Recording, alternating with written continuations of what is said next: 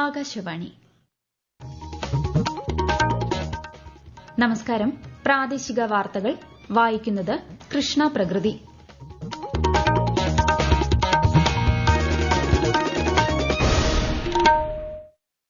പ്രധാന വാർത്തകൾ. പിഎം കിസാൻ പദ്ധതിയുടെ 19ാം ഗഡു പ്രധാനമന്ത്രി നരേന്ദ്രമോദി തിങ്കളാഴ്ച ബീഹാറിലെ ഭാഗൽപൂരിൽ വിതരണം ചെയ്യും. നൂതനാശയ മേഖലയിലും പേറ്റന്റ് മേഖലയിലും ഇന്ത്യ മുന്നേറുകയാണെന്ന് കേന്ദ്ര ധനമന്ത്രി നിർമ്മല സീതാരാമൻ. കോട്ടയം ഐഐഐടിയുടെ ബിരുദദാന ചടങ്ങിൽ മുഖ്യാതിഥിയായി കേന്ദ്ര ധനമന്ത്രി. കേരളം കോ ഓപ്പറേറ്റീവ് ഫെഡറലിസത്തിന്റെ ഉത്തമ ഉദാഹരണമാണെന്ന് കേന്ദ്ര സഹമന്ത്രി ജോർജ് കുര്യൻ. 374 കമ്പനികൾ കേരളത്തിൽ നിക്ഷേപം നടത്താൻ താൽപര്യം അറിയിച്ചതായി മന്ത്രി പി രാജീവ്. ഇൻവെസ്റ്റ് കേരള ആഗോള നിക്ഷേപക ഉച്ചകോടിക്ക് കൊച്ചിയിൽ സമാപനം. പ്രധാനമന്ത്രി നരേന്ദ്രമോദിയുടെ പ്രതിമാസ റേഡിയോ പ്രഭാഷണ പരിപാടി മൻ കി ബാത്ത് നാളെ.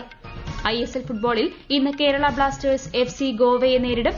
ചാമ്പ്യൻസ് ട്രോഫി ക്രിക്കറ്റിൽ നാളെ ഇന്ത്യ പാക് പോരാട്ടം. വാർത്തകൾ വിശദമായി. പിഎം കിസാൻ പദ്ധതിയുടെ 19ാം ഗഡു പ്രധാനമന്ത്രി നരേന്ദ്രമോദി തിങ്കളാഴ്ച ബീഹാറിലെ ഭഗൽപൂരിൽ വിതരണം ചെയ്യും.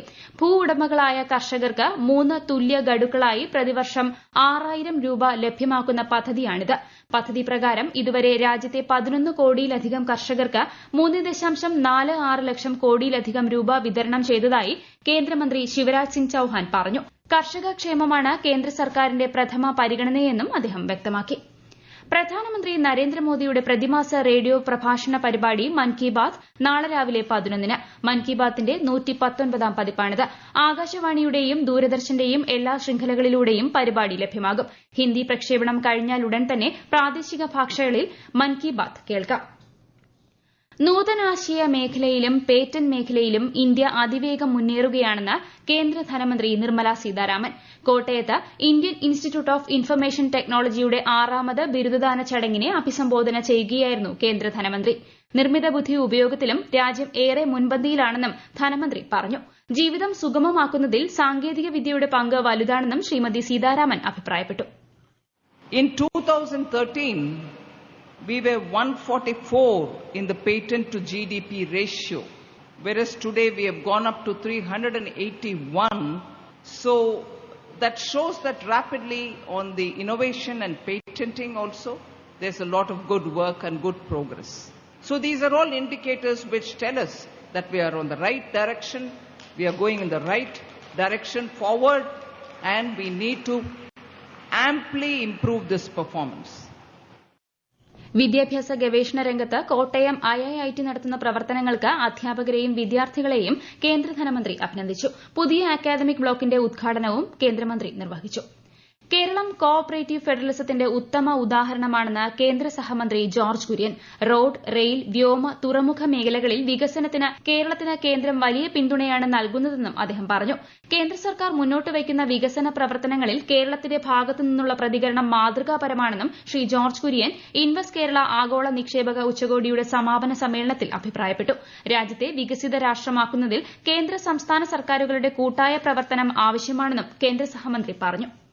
സംസ്ഥാനത്തെ അടിസ്ഥാന സൌകര്യ വികസനത്തിലെ നിക്ഷേപകരുടെ വിശ്വാസമാണ് നിക്ഷേപം വർദ്ധിപ്പിക്കാൻ കാരണമായതെന്ന് ധനമന്ത്രി K N Balagopal. Invest Kerala ആഗോള നിക്ഷേപക ഉച്ചകോടിയുടെ സമാപന സമ്മേളനം ഉദ്ഘാടനം ചെയ്യുകയായിരുന്നു അദ്ദേഹം. സ്ഥായിയായ സർക്കാരും മികച്ച നയങ്ങളും അടിസ്ഥാന സൌകര്യ വികസനവും കേരളത്തിലുണ്ടെന്നും വിഴിഞ്ഞം പ്രവർത്തനക്ഷമമായതോടെ നിക്ഷേപ അന്തരീക്ഷം കൂടുതൽ മെച്ചപ്പെട്ടതായും ശ്രീ ബാലഗോപാൽ അഭിപ്രായപ്പെട്ടു. The largest port in the part of the world is here in Kerala, that is in Trivandrum in Vizhinjam. So the entire development picture of the country will be looked from that side. That is what I feel. Because the existing logistic companies which are operating from some other parts of the country have to come to Vizhinjam and around, entire Kerala, for doing their operations. Because that is the importance of Vizhinjam. കേരളത്തെ നിക്ഷേപ സൌഹൃദമാക്കുന്നതിനുള്ള യാത്രയുടെ തുടക്കമാണ് invest Kerala നിക്ഷേപക ഉച്ചകോടിയെന്ന് വ്യവസായ മന്ത്രി P Rajeev. 374 കമ്പനികൾ കേരളത്തിൽ നിക്ഷേപം നടത്താൻ താൽപര്യം അറിയിച്ചതായും 24 ഐടി കമ്പനികൾ നിലവിലുള്ള സംരംഭം വികസിപ്പിക്കാൻ സന്നദ്ധത അറിയിച്ചതായും മന്ത്രി പറഞ്ഞു.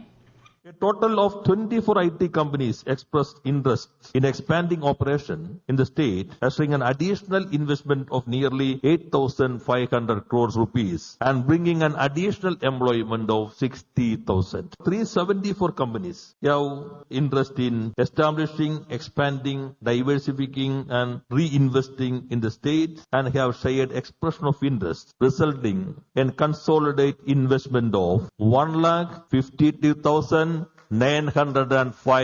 crore rupees.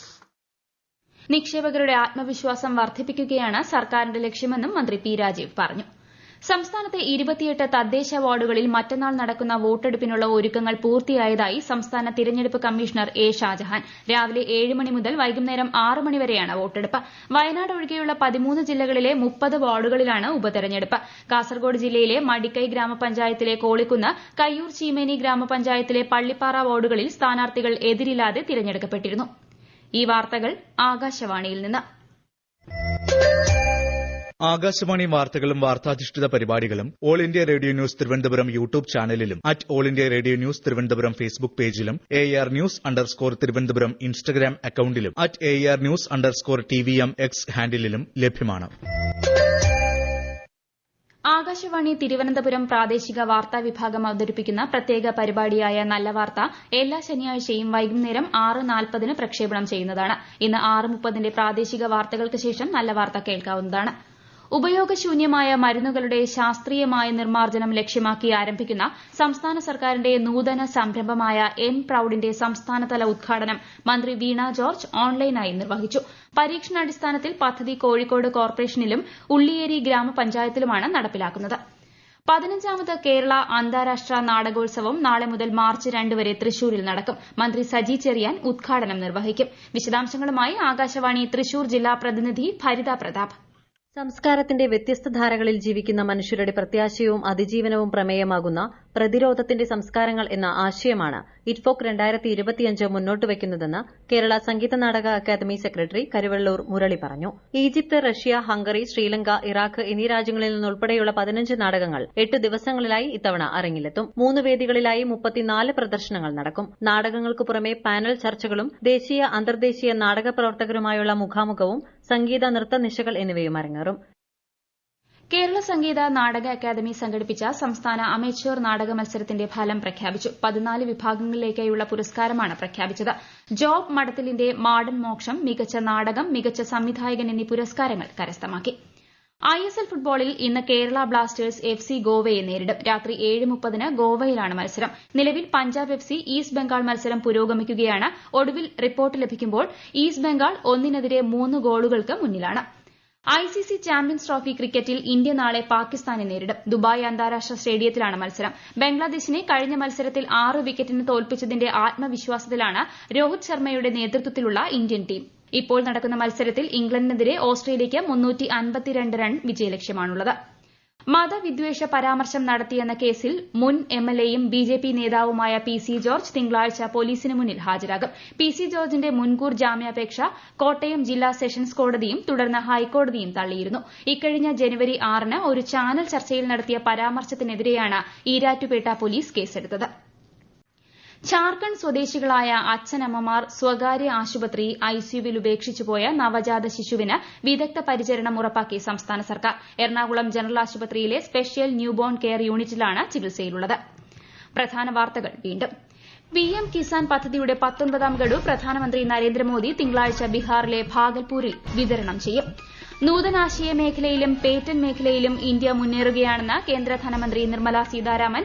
കോട്ടയം IIITയുടെ ബിരുദദാന ചടങ്ങിൽ മുഖ്യാതിഥിയായി കേന്ദ്ര ധനമന്ത്രി. കേരളം കോപ്പറേറ്റീവ് ഫെഡറലിസത്തിന്റെ ഉത്തമ ഉദാഹരണമാണെന്ന് കേന്ദ്ര സഹമന്ത്രി ജോർജ് കുര്യൻ. 374 കമ്പനികൾ കേരളത്തിൽ നിക്ഷേപം നടത്താൻ താൽപര്യം അറിയിച്ചതായി മന്ത്രി P രാജീവ്.